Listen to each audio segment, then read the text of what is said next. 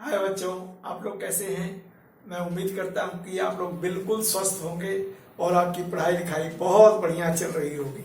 और इसी तरह मेहनत कीजिए और अपना नाम, परिवार का नाम और देश का नाम रोशन कीजिए।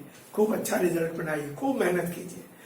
तो आज देखिए, थोड़ा याद दिला दूं, वही रोज रोज वही याद दिलाता हूं कि डिस्क्रिप्शन बॉक्स में मैं एक लिंक देता हूं। उस लिंक को आप लोग क्लिक करेंगे तो आपको जो आज लेक्चर है उसका पूरा नोट मिल जाएगा। तो कहीं भी मान लीजिए शंका है, कोई ये है, तो आप उसको क्लिक करके क्लियर कर सकते हैं, और नहीं तो कमेंट बॉक्स पे हमसे शेयर कीजिए। तो चलिए आज हम लोग डिस्कस करेंगे एक्सरसाइज 10.5 और यह पार्ट 1। ठीक है, तो देखिए, समय को बचाने के लिए मैं पहले से ही सवाल को कॉपी कर लिया हूं और कर दिया हूं, क्योंकि इसमें बहुत समय लगता है ज्योमेट्री में। तो चलिए अब समझा दूं खूब अच्छी तरह से। अब देखिए, पहला क्वेश्चन क्या है।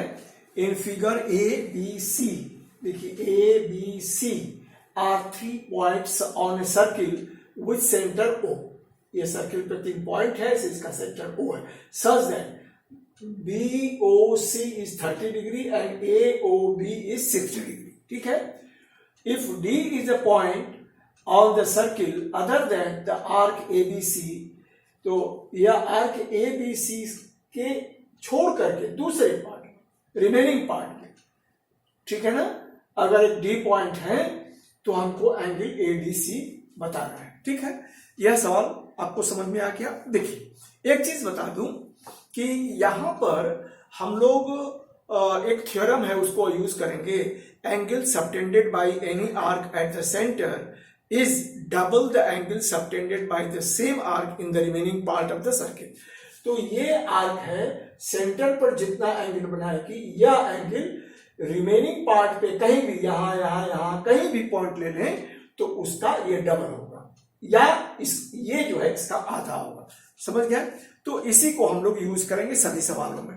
तो यहां पर देखिए, यह दिया हुआ एंगल AOB और एंगल BOC, यहां इनको जोड़ देंगे तो क्या मिलेगा, 60 + 30, ये हो गया 90। तो सेंटर पर एंगल कितना हो गया, 90। तो रिमेनिंग पार्ट में कितना हो जाएगा, उसका आधा 45। देखिए, दो लाइन में इसका जवाब है, लेकिन अब यह रीजन देना पड़ेगा कि angle subtended by any arc at the centre is double the angle subtended by the same arc in the remaining part of the circle. ठीक है, तो मैं समझता हूं समझ में आ गया होगा। यह सवाल नंबर 2 देखिए, a chord of a circle is equal to the radius of the circle. तो यह कॉर्ड है AB जो रेडियस के बराबर है। ठीक है, find the angle subtended by the chord at a point on the minor arc. तो माइनर आर्क ACB हुआ, and also at a point on the major arc. Major arc ये हो गया। ठीक है, यह भी वही है, बिल्कुल आसान है। एक यहां पर ट्रिक क्या है कि यह दे दिया है कि chord is equal to radii. Chord is equal to radii का मतलब क्या हो गया कि एंगल AOB यह क्या हो गया, इक्विलैटरल ट्रायंगल, और इक्विलैटरल ट्रायंगल के सभी एंगल कितना होते हैं, 60। तो ये देखिए 60 डिग्री वहां से आ गया उस रीजनिंग में। तो यहां पर देखिए AO is equal to OB is equal to AB। तो ये given chord is equal to radii, और OAB इज इक्विलैटरल ट्रायंगल। तो ये एंगल AOB क्या हो जाएगा, 60 डिग्री। ठीक है ना, तो एंगल ADB, यह ADB यह कितना हो जाएगा, 30 डिग्री। ठीक है, तो यह मेजर आर्क पे हो गया, यह मेजर आर्क पे। अब माइनर आर्क में क्या होगा कि यह पूरा एंगल कितना, यह 60 है, तो यह पूरा एंगल कितना हो जाएगा, 360 - 60। तो यह देखिए यह 300 हो गया।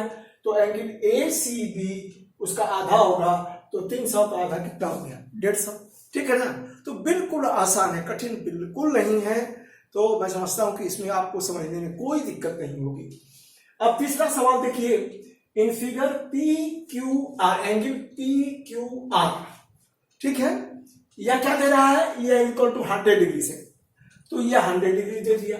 और where PQR are the points on the circle, PQR are the point on the circle with centre O। Find OPR। ठीक है, यह भी देखिए बहुत ही आसान है, लेकिन यहाँ लिखने के तरीके में थोड़ा सा आप सावधानी बरतिएगा। तो यहाँ क्या है कि ये PQR ये 100 दिया हुआ है, ठीक है ना। The angle subtended by any arc at the centre is double the angle subtended by the same arc in the remaining part of the circle. अब यहाँ पर देखिए POR, या POR ये इधर का एंगल भी होगा और इधर का एंगल भी होगा, तो हमको बताना पड़ेगा कि वो ऑब्टूज है कि रिफ्लेक्स है। तो यह तभी हम अंतर कर पाएंगे, अदरवाइज अंतर नहीं कर पाएंगे। तो एंगल यहां पर मैंने लिखा है कि रिफ्लेक्स एंगल POR, तो POR ये रिफ्लेक्स एंगल, ये क्या हो जाएगा ट्वाइस द एंगल दिस, तो यह ट्वाइस 100, ये क्या हो गया 200, यह एंगल 200 हो गया। तो ऑब्टूज एंगल, अब POR वही एंगल है POR, जब दो एंगल के एक ही नाम हो तो उनको बताना पड़ेगा, एक्यूट ऑब्टूज, एक्यूट रिफ्लेक्स, कुछ भी हो, जैसी पोजीशन हो वैसे बताना पड़ेगा। तो यहां पर एंगल POR ये वाला ऑब्टूज, ठीक है ना, देखने में देखिए लग रहा है ना ऑब्टूज, तो यह ऑब्टूज एंगल कितना हो जाएगा, यह 360, angle subtended at the centre at a point is 360, और 360 में से ये 200 निकाल दिया, तो ये क्या हो गया 100, POR ये कितना हो गया 160। अब देखिए इन angle POR angle P plus angle R plus angle O, यह एंगल यह 160 बने, यह R, ठीक है ना। ये इसका क्या हो जाएगा, द एंगल सम प्रॉपर्टी, एक sum of the angle of a triangle is 180 degree, तो यह 180 डिग्री हो गया।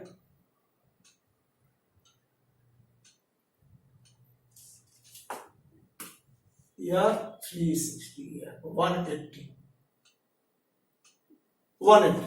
तो एंगल P प्लस R की जगह पे हमने ये देखिए P लिख दिया, क्यों, क्योंकि यह जो है ना POR यह आइसोसेलेस एंगल है, जिसमें यह साइड इसके बराबर है, तो अपोजिट एंगल क्या हो जाएंगे, बराबर हो गए। देखिए OP is equal to OR, तो angle opposite to equal, sides are equal, यहां रीजन दे दिया, तो एंगल R की जगह पे P लिख दिया, तो यह 2P और प्लस इसको इधर ले आके आएंगे तो 180 माइनस 160, तो यह क्या हो जाएगा 20, तो angle P is equal to 10 degree, यह angle P is equal to 10, angle Q भी उसकी वैल्यू 10 डिग्री दी जाएगी। मैं समझता हूं अच्छी तरह से समझ में आ गया होगा। नंबर 4 देखिए, ये बहुत ही छोटा क्वेश्चन और बहुत ही आसान क्वेश्चन है। इन फिगर ABC देखिए एंगल ABC यह पूरा एंगल 69, एंगल ACD यह 31 डिग्री, फाइंड एंगल BBC, बहुत ही आसान है। अब देखिए इस एंगल को कंसीडर करें ABC को, इसमें यह 69 है और यह 30 है, यहां पर दिया हुआ है, यह गिवन, तो यह क्या angle A is equal to क्या हो जाएगा 180 minus angle B minus angle C, तो यह कितना हो गया, तो यह 80, तो एंगल यह 80 हो गया, BAC आपको 80 मिल गया, तो यह क्या हो गया angle A is equal to angle D, angle in the same segments are equal, ठीक है, तो यह 80। मैं समझता हूं कि आपको अच्छी तरह से समझ में आ गया हो गया। तो चलिए जरा हम लोग आगे बढ़ें। यह देखिए क्वेश्चन नंबर 5 मैंने उतार लिया है और इसको हम लोग चलिए करते हैं। तो ये क्या कह रहा है कि A B C D are 4 points on a circle, AC and BD intersect at point E such that angle BEC ये 130 डिग्री और एंगल ECD यह 20 डिग्री, फाइंड एंगल BAC। देखिए ये भी बहुत आसान है। अब चलिए जरा हम लोग करते हैं। तो यहां सॉल्यूशन, तो एंगल BEC और plus angle DEC is equal to 180। क्यों बताइए? तो लीनियर पेयर है, लीनियर पेयर है। तो एंगल DEC ये देखिए, या DEC एंगल DEC ये कितना हो जाएगा 180 और माइनस एंगल BEC, तो यह हो जाएगा 180 और माइनस BEC कितना है 130 डिग्री दिया हुआ है, तो यह हो गया 50 डिग्री। यह एंगल हमारा कितना हो गया 50 डिग्री। जब यह 50 डिग्री हो गया तो देखिए in triangle EDC angle E is equal to 50 degree. ये हम लोग शोन एबव ठीक है, यह दिखाया गया है, हम लोग पाए हैं। और देखिए तो angle E plus angle D और प्लस यह angle C is equal to कितना हो जाएगा 180। एंगल सम प्रॉपर्टी, एंगल सम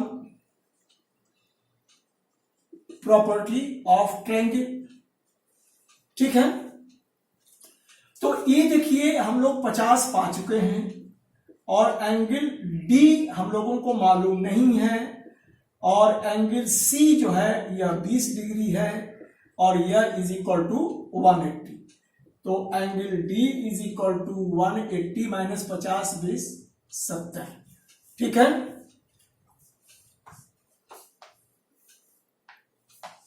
ठीक है, तो यह कितना हो गया, यह 110 डिग्री एंगल D। तो एंगल D जब 70 हो गया 110 हो गया तो therefore angle D is equal to angle A की जगह पे क्या लिखते हैं, पूरा लिखते हैं, BAC इज इक्वल टू 110। क्यों, angle in the same segment, angle in the same segments are equal, ठीक है। तो angle BAC is equal to 110 degree, यह हमारा आंसर हो गया। तो मैं समझता हूं कि यह आपको अच्छी तरह से समझ में आ गया होगा। तो चलिए जरा हम लोग अगला क्वेश्चन देखते हैं। हाँ, ये देखिए सवाल नंबर 6 को मैंने कॉपी भी किया और कर भी दिया है, बड़ा यहाँ पर जगह कम थी। तो ABCD is a cyclic quadrilateral, ABCD is a cyclic quadrilateral. Cyclic quadrilateral जानते हैं कि उसको कहते हैं if vertices of a quadrilateral lies on the circumference of the circle then it is known as cyclic quadrilateral. और cyclic क्वाड्रेटर उसकी हमने use नहीं किया है। साइक्लिक क्वाड्रेटर में opposite angles of a cyclic quadrilateral, sum of the opposite angles of a cyclic quadrilateral is supplementary, माने 180 degree, ठीक है। तो देखिए, तो यहां पर लिखने की जगह नहीं थी इसलिए मैंने इसको अलग से लिख दिया। तो क्या है यहाँ पर, whose diagonals intersect at point E, diagonals intersect कर रहे हैं E पे। इफ एंगल DBC, ये DBC ये एंगल कितना है 70 डिग्री 70 डिग्री, ठीक है ना। एंड BAC यह जो है 30 डिग्री, ठीक है। फाइंड BCD हमको यह निकालना है, ये वाला। और further if AB is equal to BC, then find ECD, ठीक है, ये वाला, ठीक है। तो देखिए ये सवाल थोड़ा सा इंपॉर्टेंट है परीक्षा के दृष्टिकोण से, थोड़ा सा टेढ़ा कर दिया है। यहां पर क्या है कि या देखिए ये और ये एंगल, ये आपस में दोनों क्या है, आपस में बराबर होंगे, angle in the same segment. और यहां पर देखिए ये एंगल और ये एंगल आपस में बराबर होंगे, angle in the same segment, ठीक है ना। तो मैं इसको यह जो है इस पर एक लाइन लगाता हूं और इस पे 2 लाइन लगा देता हूं, ऐसे 2 बार, तो कि आप पहचान जाएंगे कि वह आपस में बराबर है। और यह 30 दिया है, देखिए यही मैं इस्तेमाल कर रहा हूं। एंगल DAC यह 70 देखिए हो जाएगा, इज इक्वल टू DBC, क्यों, यह दोनों एक निशान लगाया हूं, angle in the same segments are equal, ठीक है। उसी तरीके से देखिए BAC यह 30 दिया हुआ है तो यह भी 30 हो जाएगा, ये देखिए angle in the same segments, they are equal, ठीक है ना। अब देखिए, अब ट्रायंगल BDC, तो ये देखिए angle B plus angle D plus angle C क्या हो जाएगा, BCD, देखिए BCD इसको लिख दिया हूं, ठीक है ना। तो यहां क्या होगा, ये 180 डिग्री, क्यों, क्योंकि sum of the angle of a triangle is 180 degree, इसको कहते हैं angle sum property of a triangle. तो ये एंगल सम प्रॉपर्टी, तो BCD क्या हो जाएगा, ये ट्रांसफर कर देंगे तो 180 minus B minus D, angle 180 और B है 70 और D है 30, ये हम लोगों ने निकाला है, ठीक है ना। अब देखिए ये निकल गया, यहां पूरा एंगल ये निकल गया, यह टोटल BCD 80 डिग्री, 80 डिग्री। अब ट्रायंगल ABC में देखिए, ABC, यह देखिए AB is equal to BC दिया हुआ है, तो आप यह कैसा ट्रायंगल हो गया, आइसोसेलेस। और आइसोसेलेस ट्रायंगल में क्या होता है, इक्वल साइड के अपोजिट एंगल आपस में बराबर होते हैं। तो देखिए BCD या BCA या एंगल इज इक्वल टू 30, क्यों, क्योंकि यहां पर हमने रीजन दे दिया है कि AB इज इक्वल टू या BC है, यहां पर दे दें since AB is equal to BC, तो इसलिए ये angle opposite to equal sides are equal, ठीक है, ये हो गया।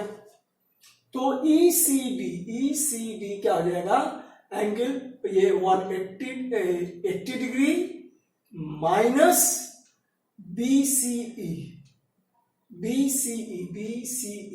और BCE ये कितना है हम लोग निकाले हैं, देखिए यह BCE, ठीक है ना, ये हम लोग 30 डिग्री निकाले हैं, ये दिया हुआ है, यह यहां पर देखिए 30 डिग्री BCA कहिए या BCE कहिए, ठीक है ना।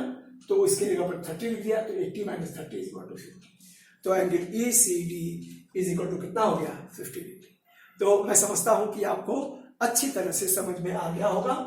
तो आज की वीडियो में यही विराम देता हूं।